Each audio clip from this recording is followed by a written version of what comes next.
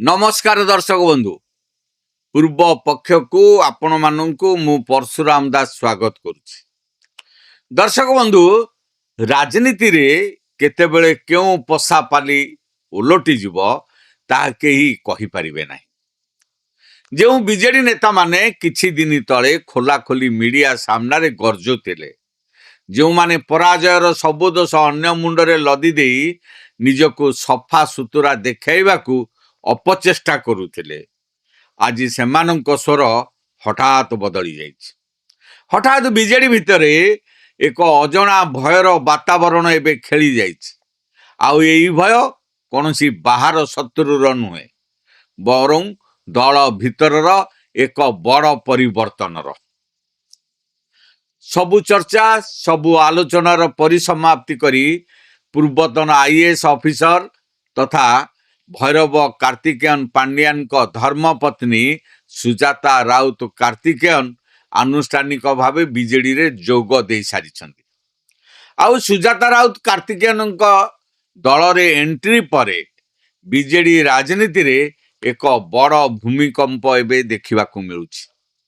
जेउ नेता माने दिने विष गाळुथिले से माने एबे अत्यंत श्रृंखलित आचरण देखाउछंती। खाली बीजेडी नुहे, सुजाता राउत कार्तिकेयन को एंट्री परे बीजेपी एवं कांग्रेसर नेता मानकर स्वर भी नरम पड़ी जाइछि। आज हमें पॉलिटिकल भागवत रे आलोचना करिबा सुजाता राउत कार्तिकेयन को योगदान परे ओडिशा राजनीति रो चित्र केमिति बदलुछि। बीजेडी नेता मानक मनरे केउ भय बसा बांधिछि। आपण माने देखुतांतु पूर्व पक्ष। मोर आपण मानक अनुरोध, आम चैनल को लाइक करंतु, सब्सक्राइब करंतु, आ बंधु मानक सहित अधिक रु अधिक शेयर करंतु।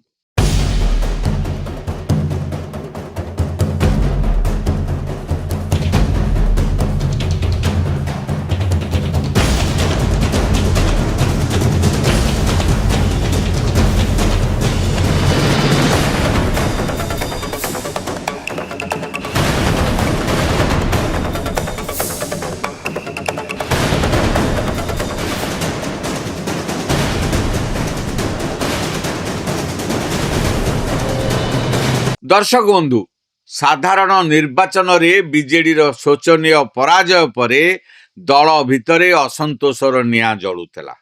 जेउ नेता माने निज निर्वाचन मंडली रे हारी गले, से माने निजर अपारगता किंबा निजर भूल स्वीकार करिबा बदल रे सबु दोष भैरव कार्तिकेयन पांड्यान को मुंडरे लदी देइतिले। अवश्य भैरव कार्तिकेयन पांड्यान एथिपई दायी, कारण से निर्वाचन रे कौनसी दलीय नेता को प्रचार करने को सुजोग देउ नथिले। निजे ही सबु प्रचार दायित्व निज मुंड को नहीं थिले। आउ मंच उपरे से एका ही देखा जाउथिले। बीजेडी नेता माने सीधा सड़क गणमाध्यम आगो को आसी कहिथिले, आमे पांड्यान को पई हारी गलु। निर्वाचन समय दल पक्षरु समस्त प्रकार सहायता मिली थिले भी कहीं से माने भोटरों को मन जेती पारिले नहीं, तार आत्मसमीक्षा केही कले नहीं। ना नवीन पट्टनायक कले, ना भैरव कार्तिकेयन पांड्यान कले, ना दलीय नेता माने केही कले। एबे केवल परस्पर ऊपर को कादुओ फिंगा फिंगरे माती छंती बीजेडी नेता माने। अवस्था एमिति हैला जे किछि नेता ओ ओडिया झियो बोलाउथिबा सुजाता राउत कार्तिकेयन को नहीं मध्य गुजब सृष्टि कले। कुआगला जदि तमिल बहु सुजाता राउत कार्तिकेयन बीजेडी को आसीबे, तेबे दल संपूर्ण बुड़ी जीव। अनेक नेता दल छाड़िबा को चिंता करिवे। किंतु आजिर चित्र को देखंतु, सुजाता राउत कार्तिकेयन दल रे जोग देबा मात्रे सेही सब विरोधी स्वर हठात गायब हो जाइछि। नेता माने भी गायब हो जाइछंती। जेउ माने गर्जुथिले से माने एबे पूरा साइलेंट मोड रे, जेपरि कि सेमानंकु केही गद्द सुंगेई देइछि। गणमाध्यम रे बयानबाजी करिबा तो दूरर कथा, सेही नेता माने एबे फोन उठाइबा को भी भय करूछंती। काहा को भय करूछंती? सुजाता राउत कार्तिकेयन को ना पांड्यान को? से कथा सेमानंकु ही जणा थिबो। एठार आउ गोटे कथा चिंता करिवार अछि। दलर किछि विधायक ଯେଉଁମାନେ ନିଜ ବଳରେ ଜଣେ ହେଲେ ୱାର୍ଡ ମେମ୍ବର କିମ୍ବା ବିଧାୟକଙ୍କୁ ଜିତାଇବାକୁ ଯୋଗ୍ୟ ନୁହନ୍ତି, ସେମାନେ ମଧ୍ୟ ସୁଯୋଗ ଦେଖି ଚୌକା ମାରିବା ନୀତି ଆପଣେଇଥିଲେ। ତାମିଲନାଡୁ ନିବାସୀ ପାଣ୍ଡିଆନ ଦମ୍ପତିଙ୍କୁ ଘୋର ବିରୋଧ କରି ନିଜକୁ ବଡ଼ ନେତା ପ୍ରମାଣିତ କରିବାକୁ ଚେଷ୍ଟା କରିଥିଲେ। ଏହି ଆଭ୍ୟନ୍ତରୀଣ କନ୍ଦଳ ଏତେ ତୀବ୍ର ରୂପ ନେଇଥିଲା ଯେ ଗତ ରାଜ୍ୟସଭା ନିର୍ବାଚନ ସମୟରେ ଦଳ ଭିତରେ କ୍ରସ୍ ଭୋଟିଂ ଭଳି ସାଂଘାତିକ ପରିସ୍ଥିତି ସୃଷ୍ଟି ହେଲା। ଦଳର ଶୃଙ୍ଖଳା ଭାଙ୍ଗିବା ଅଭିଯୋଗରେ 8 ଜଣ ବିଧାୟକଙ୍କୁ ନିଲମ୍ବିତ ମଧ୍ୟ କରାଯାଇଛି। କିନ୍ତୁ ସୁଜାତା ରାଉତ କାର୍ତ୍ତିକେୟନଙ୍କର ବିଧିବଦ୍ଧ ଯୋଗଦାନ ପରେ ସବୁ ବାଦ ବିବାଦରେ ପୂର୍ଣ୍ଣଚ୍ଛେଦ ପଡ଼ିଯାଇଛି। ସିଧାସଳଖ ହେଉ କିମ୍ବା ପରୋକ୍ଷରେ ତାଙ୍କୁ ବିରୋଧ କରୁଥିବା ନେତାମାନଙ୍କର ପାର୍ଟି ଏବେ ପୁରା ଚୁପ୍। ଗୋଟେ ମଜାଦାର ଘଟଣା ଏବେ ଦେଖିବାକୁ ମିଳିଛି ବିଜୁ ଜନତା ଦଳରେ। ସୁଜାତା ରାଉତ କାର୍ତ୍ତିକେୟନ ଯେଉଁଦିନ ଦଳରେ ମିଶିଲେ ସେଦିନ ଦଳର ଅନେକ ନେତା ବିଭିନ୍ନ ବାହାନା ଦେଖାଇ ଅନୁପସ୍ଥିତ ରହିଥିଲେ। ଭାବିଥିଲେ ନିଜର ବିରୋଧ ପ୍ରଦର୍ଶନ କରିବେ, କିନ୍ତୁ ଦଳର ହାଇକମାଣ୍ଡଙ୍କ କଡ଼ା ଆଭିମୁଖ୍ୟ ଦେଖି ମାତ୍ର ଦିନ ପରେ ସେହି ନେତାମାନେ ନିଜ ଆଡ଼ୁ ଆସି ସୁଜାତା ରାଉତ କାର୍ତ୍ତିକେୟନଙ୍କ ସହ ଫଟୋ ଉଠାଇବାକୁ ବାଧ୍ୟ ହୋଇଛନ୍ତି। ଏହି କ୍ରମରେ ବିଜୁ ଜନତା ଦଳର ଯାଜପୁରର ନେତା ବବି ଦାସଙ୍କ ନାଁ ଚର୍ଚ୍ଚା ମଧ୍ୟ ହେଉଛି।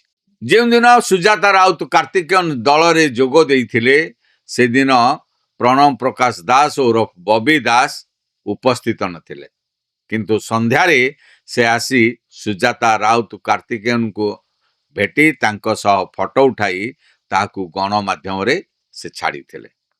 ଏହା ହିଁ ଦର୍ଶାଉଛି ଯେ ଦଳ ଭିତରେ ସୁଜାତା ରାଉତ କାର୍ତ୍ତିକେୟନଙ୍କ ପାୱାର ଏବଂ ପ୍ରଭାବ କେତେ ଶୀଘ୍ର ବୃଦ୍ଧି ପାଇବାରେ ଲାଗିଛି। କେବଳ ବିଜେଡି ଭିତରେ ନୁହେଁ, ବାହାରେ ବି ଏହାର ବଡ଼ ପ୍ରଭାବ ପଡ଼ିଛି। ବିଗତ ଦିନରେ ବିଜେପି ଓ କଂଗ୍ରେସ ନେତାମାନେ ତାମିଲ ବୋହୂ ପ୍ରସଙ୍ଗକୁ ନେଇ ଓଡ଼ିଆ ଅସ୍ମିତା ସହ ଯୋଡ଼ି ତୀବ୍ର କଟାକ୍ଷ କରୁଥିଲେ। କିନ୍ତୁ ସୁଜାତା ରାଉତ କାର୍ତ୍ତିକେୟନଙ୍କ ଏଣ୍ଟ୍ରି ପରେ ସେମାନଙ୍କର ସ୍ୱର ବି ବଦଳି ଯାଇଛି। ବିଜେପି ଏବେ ଏହି ପ୍ରସଙ୍ଗରୁ ଦୂରେଇ ଯାଇ କହୁଛି ଯେ ଏହା ବିଜେଡିର ସମ୍ପୂର୍ଣ୍ଣ ଘର କଥା କିମ୍ବା ବ୍ୟକ୍ତିଗତ ବ୍ୟାପାର। ଏହା କହି ବିଜେପି ବିବାଦକୁ ଏଡ଼ାଇବାକୁ ଚେଷ୍ଟା କରୁଛି। ତେଣୁ ପ୍ରଶ୍ନ ଉଠୁଛି, ତାମିଲ ବୋହୂ ସୁଜାତା ରାଉତ କାର୍ତ୍ତିକେୟନଙ୍କର ବିଜେଡିରେ ଯୋଗଦାନ ପରେ ବିଜେପି କ'ଣ ଖୁସି କି? ଅନ୍ୟପଟେ କଂଗ୍ରେସ ମଧ୍ୟ ନିଜ ହାତ ଝାଡ଼ି ଦେଇଛି। କଂଗ୍ରେସ ନେତାମାନେ କହିଛନ୍ତି ଯେ ସେମାନେ ଜଣେ ମହିଳାଙ୍କୁ ରାଜନୈତିକ ସ୍ତରରେ ବିରୋଧ କରିବେ ନାହିଁ, କାରଣ କଂଗ୍ରେସ ବି ମନେ ମନେ ସ୍ୱପ୍ନ ଦେଖୁଛି ଆଗାମୀ ନିର୍ବାଚନରେ ବିଜୁ ଜନତା ଦଳ ସହ ମେଣ୍ଟ କରି ବିଜେପି ବିରୋଧରେ ଲଢ଼ିବ। ବିରୋଧୀଙ୍କର ଏହି ନରମ ଆଭିମୁଖ୍ୟ ଦେଖି ବିଜେଡିର ତୃଣମୂଳ ସ୍ତରର କର୍ମୀମାନେ ଏବେ ବେଶ ଉତ୍ସାହିତ ବୋଲି ଦଳୀୟ ନେତାମାନେ କହିବା ଆରମ୍ଭ କରିଛନ୍ତି। ସେମାନଙ୍କ କହିବା କଥା ହେଉଛି ସୁଜାତା ରାଉତ କାର୍ତ୍ତିକେୟନ ଦଳକୁ ଆସିବା ନିଷ୍ପତ୍ତି ସମ୍ପୂର୍ଣ୍ଣ ସଠିକ ରହିଛି, ଯାହା ବିରୋଧୀଙ୍କ ସବୁ ରଣନୀତିକୁ ଫେଲ କରିଦେଇଛି। କିନ୍ତୁ ଏସବୁ ସକାରାତ୍ମକ ଚିତ୍ର ଭିତରେ ବିଜେଡିର ଏକ ବଡ଼ ସତ୍ୟ ଏବେ ସାମ୍ନାକୁ ଆସିଛି।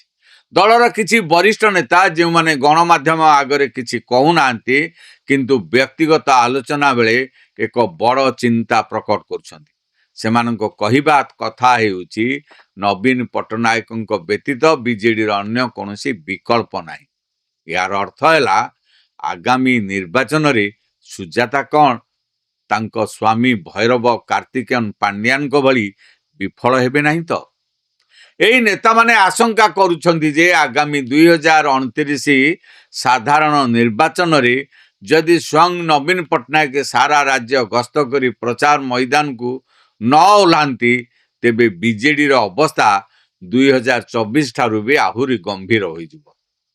ଏହି ଆଲୋଚନା ଗୋଟିଏ ପଟେ ସେହି ବରିଷ୍ଠ ନେତାଙ୍କ ଭିତରେ ଥିବା କ୍ଷୋଭକୁ ଦର୍ଶାଉଛି, ଅନ୍ୟପଟେ ସେମାନଙ୍କ ମନରେ ଥିବା ଭବିଷ୍ୟତର ଭୟକୁ ସ୍ପଷ୍ଟ ଭାବରେ ସୂଚିତ ମଧ୍ୟ କରୁଛି। ସେମାନେ ଜାଣିଛନ୍ତି ଯେ ନବୀନ ପଟ୍ଟନାୟକଙ୍କ ଚେହେରା ବିନା ସେମାନଙ୍କର ରାଜନୈତିକ ଅସ୍ତିତ୍ୱ ସଙ୍କଟରେ ପଡ଼ିପାରେ। ତେଣୁ ତାମିଲ ଦମ୍ପତି ଭୈରବ କାର୍ତ୍ତିକେୟନ ପାଣ୍ଡିଆନ ଓ ସୁଜାତା ରାଉତ କାର୍ତ୍ତିକେୟନ ଯେତେ ଚେଷ୍ଟା କଲେ ବି ଓଡ଼ିଆ ଲୋକମାନେ ତାଙ୍କୁ ଗ୍ରହଣ କରିବେ ନାହିଁ ବୋଲି ଏହି ବରିଷ୍ଠ ନେତାମାନେ ପରୋକ୍ଷରେ ଇଙ୍ଗିତ ଦେବାରେ ଲାଗିଛନ୍ତି। ଏପରିକି ଏହି ବରିଷ୍ଠ ନେତାମାନଙ୍କର ସମର୍ଥକମାନେ ଏହି ଦିଗରେ କାମ କରିପାରନ୍ତି ବୋଲି ଆଶଙ୍କା ମଧ୍ୟ ସୃଷ୍ଟି ହେଉଛି। ତେବେ ପ୍ରଶ୍ନ ଉଠୁଛି, ତାମିଲ ବୋହୂ ସୁଜାତା ରାଉତ କାର୍ତ୍ତିକେୟନଙ୍କ ଏହି ଏଣ୍ଟ୍ରି ବିଜେଡିକୁ କେଉଁ ଦିଗକୁ ନେଇଯିବ? ଏହା କ'ଣ ଦଳ ଭିତରେ ଥିବା ବିରୋଧୀ ସ୍ୱରକୁ ସବୁଦିନ ପାଇଁ ଦବାଇ ଦେବାରେ ସଫଳ ହେବ? କ'ଣ ସୁଜାତା ରାଉତ କାର୍ତ୍ତିକେୟନଙ୍କ ସଂଗଠନ ପ୍ରତିଭା ବଳରେ ବିଜେଡି ପୁଣି ଥରେ 2029ରେ ଶକ୍ତିଶାଳୀ ହୋଇ ଫେରିପାରିବ? ରାଜ୍ୟ ରାଜନୀତିରେ ହଠାତ୍ ଆସିଥିବା ଏହି ବଡ଼ ପରିବର୍ତ୍ତନ ଆଗକୁ କି ରୂପ ନେଉଛି ତା ଉପରେ ଏବେ ସମଗ୍ର ଓଡ଼ିଶାର ନଜର ରହିଛି। ଏହି ସମ୍ପୂର୍ଣ୍ଣ ଘଟଣାବଳୀ ଉପରେ ଆପଣମାନଙ୍କର ମତାମତ କ'ଣ? ଆପଣ କ'ଣ ଭାବୁଛନ୍ତି ସୁଜାତା ରାଉତ କାର୍ତ୍ତିକେୟନଙ୍କ ବିଜେଡିରେ ଯୋଗଦାନ ଦଳ ପାଇଁ ସଞ୍ଜୀବନୀ ସଦୃଶ ହେବ ନା ଆଗକୁ ଅସନ୍ତୋଷ ଆହୁରି ବଢ଼ିବ? ଆମକୁ କମେଣ୍ଟ କରି ନିଶ୍ଚୟ ଜଣାନ୍ତୁ। ଭିଡ଼ିଓଟି ଭଲ ଲାଗିଥିଲେ ଆପଣମାନେ ଏହାକୁ ଲାଇକ୍ କରନ୍ତୁ, ବନ୍ଧୁମାନଙ୍କ ସହିତ ଅଧିକରୁ ଅଧିକ ସେୟାର କରନ୍ତୁ। ଆମ ଚ୍ୟାନେଲ ପୂର୍ବ ପକ୍ଷକୁ ସବସ୍କ୍ରାଇବ୍ କରିବା ପାଇଁ ଭୁଲନ୍ତୁ ନାହିଁ। ଏଇଠି ଶେଷ କରୁଛି ଆଜିର ପଲିଟିକାଲ ଭାଗବତ। ଆଜି ପାଇଁ ମୋତେ ବିଦାୟ ଦିଅନ୍ତୁ। ପୁଣି ଦେଖା ହେବ ଏକ ନୂଆ ପ୍ରସଙ୍ଗ ସହିତ। ରହୁଛି, ନମସ୍କାର। अल्प परिश्रम अधिक आय देउछि सौमेन अग्रवती। सुलभ मूल्य मेसिन नियंतु आउ घरे बसी निजे स्वावलंबी हेबा सहित अन्य को रोजगार दियंतु। सौमेन अग्रवती, फ्लैट नंबर A88, शहीद नगर, भुवनेश्वर।